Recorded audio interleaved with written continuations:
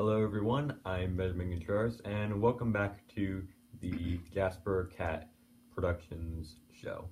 Now, if you will remember, quite a while back on this channel, I did a semi-review of the first volume of the Attack on Titan manga. However, unfortunately, because of my restrictions of only being allowed to make 15-minute videos, that video had no proper ending, and I pretty much got cut off in the middle of my sentence. And I overall thought that I could do a lot better.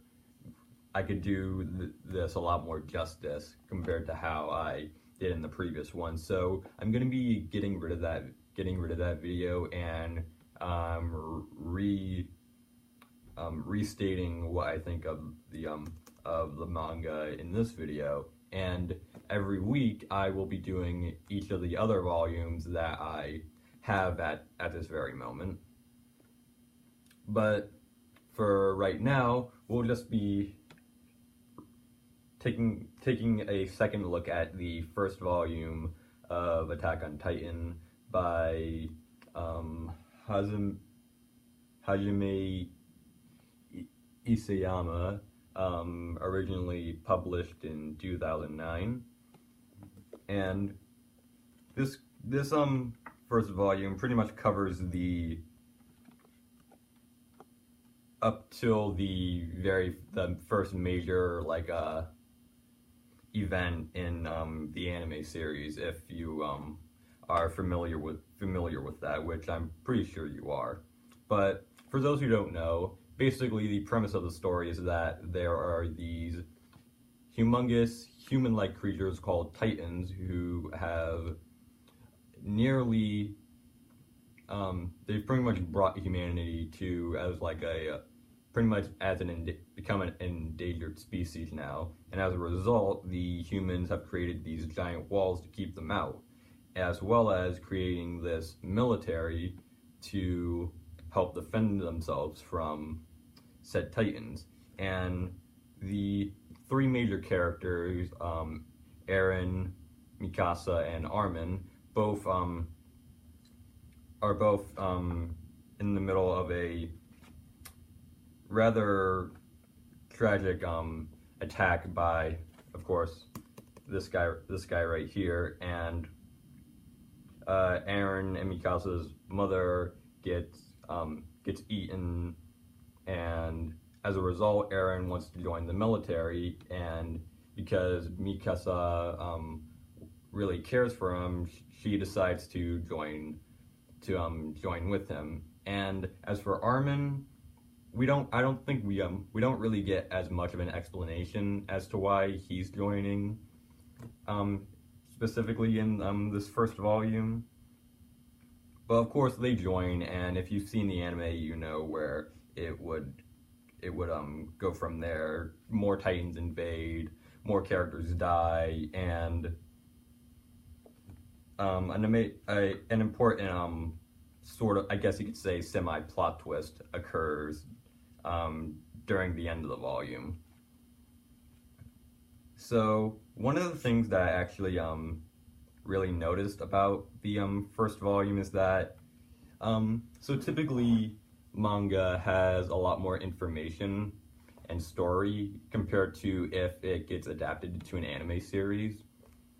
But for Attack on Titan, I actually noticed that there's an entire part of the storyline was pretty much entirely cut off, and I believe it's around here where Eren decides to finally makes his decision to join the military, and then on the very next page they jump cut to when they're to their teenage years, and after they have already graduated. For those who have seen the anime, you know that there were entire episodes that were dedicated to them training and us meeting, all the other side characters and like fan favorite characters that develop more and more in the story. But as for here, you don't really get that, and as a result, it kind of makes it a little bit more difficult to care about certain characters, more specifically the ones that are introduced and also die in this volume. We don't really get that much information on them, and as a result, you tend you tend to care less about them because there wasn't really enough time to dedicate to them. But I could sort of well the I would kind of understand as to why they would do so, but it just I think it's a bit ironic that the original source material actually has a bit less storytelling than its actual adaptation. Another thing that sort of was a little bit jarring to me when I first read the volume was the picture quality on some of the pages. Typically, a lot of the pages have the sort of like the normal looking like pencil drawn kind of look to it, which that looks perfectly fine. But on like specifically certain pages where like I guess to show a bit more emphasis, they sort of like redraw it as if it was like done, I guess you could say, on a computer, and that was just a little bit just something that sort of caught my eye. I just thought to myself, why do some of these pages look a bit different compared to others?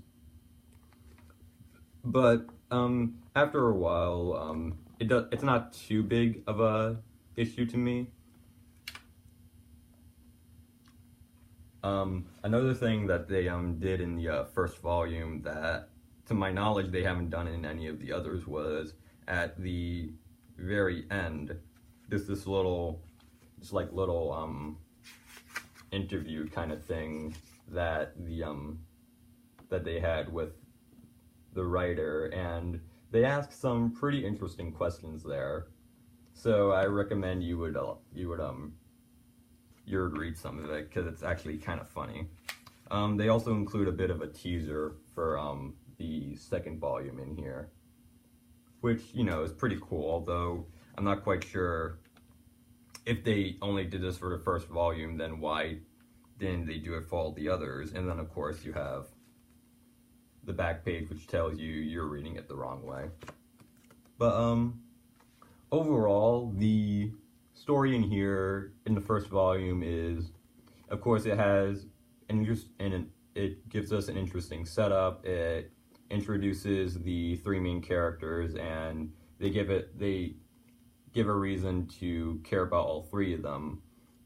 And while some of the side characters don't really get much development as much as I think they should, for the kind of story it's trying to tell, I can understand. And if you want to get into the series and haven't seen, you're one of the few people who haven't seen the anime yet, I would say this is a pretty good way to get started on getting into the franchise. So next week, when I look at the second volume, I'll be talking a bit more about what happens in terms of the story. So I hope you all enjoyed this episode, and until next time, I'm Ben Contreras, and bye.